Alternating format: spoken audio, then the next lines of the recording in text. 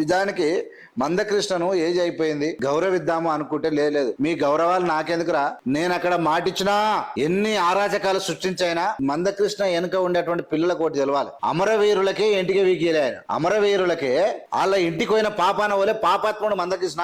మందకృష్ణ మాటలేని అగ్గికి హావుతాయి అంటుకొని చనిపోతే వాళ్ళ ఇంటికి పోయినోడు గాడు, వాళ్ళకి బుక్కెడు బువ్వ పెట్టలే, వాళ్ళకి 10 రూపాయలు ఇవ్వలే, ఏమనంటే బెదిరి చీరనే తెచ్చుకున్నాడు. ఇలాంటి డేంజరస్ క్యాండిడేట్ నమ్ముకొని మీరు కూడా చేస్తా ఉన్నారు. నేను ఏమంటున్నానంటే ఆయన వల్ల వర్గీకరణ అయిందనేది పచ్చి అబద్ధం. నేను ఛాలెంజ్ చేస్తా ఉన్నా, మందకృష్ణ మాదిగకు సుప్రీంకోర్టు వర్గీకరణ తీర్పుకు సంబంధం లేదు. పంజాబ్ గవర్నమెంట్ వర్సెస్ దేవేందర్ సింగ్ మీకు మధ్యలో జరిగినటువంటి ఈ వర్గీకరణ పోరాటం యొక్క ఫలితమే రిజర్వేషన్ల వర్గీకరణ.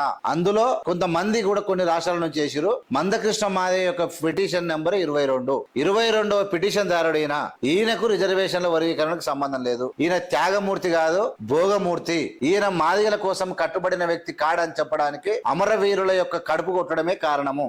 ఇవాళ బ్రహ్మయ్య ఎవరైతే ఆంధ్రకెళ్ళి వచ్చిండు, బ్రహ్మయ్య ఈయన చరిత్ర మొత్తం చెప్పిండు. బ్రహ్మయ్య ఇంతకు మొదలు మందకృష్ణ మాదిగనే దేవుడిగా భావించాడు. మందకృష్ణ మాదిగనే దేవునిగా సర్వంగా భావిస్తే వాళ్ళను నట్టేట ముంచినటువంటి నయవంచకుడు ఈ మందకృష్ణ అని చెప్పి వాళ్ళు చెప్పేసి వెరీ క్లియర్ గా చెప్పారు. తెలంగాణ రాష్ట్రంలో కృపాకర్ ఉన్నా లేదంటే ఆ టీంలో ఎవరు ఉన్నా అందరిని కూడా గడ్లే కలిపి ఏకఛత్రాధిపత్యంతోనే ఎదుగుతూ ముఖ్యమంత్రుల దగ్గరికి పోయినప్పుడల్లా కొత్తలను దొరకపోతారు తప్ప పాతలను దొరకపోయాలని పరిచయాలు చేస్తే ఈయన కాదని వాళ్ళు తెచ్చుకుంటారు. కాబట్టి వాళ్ళందరినీ కూడా బుట్ట దాఖలు చేసి ఎటు కాకుండా చేసి పడేసి ఈయన ఒక్కడు మాత్రమే ఉండి ఇప్పటికి కూడా వర్గీకరణ జరిగినాక కూడా ఎందుకు మంటమంతా ఉన్నాడు అని చెప్పి ఇవాళ ప్రజల పరిశానలో మాదిగల పరిశానలో ఉంది.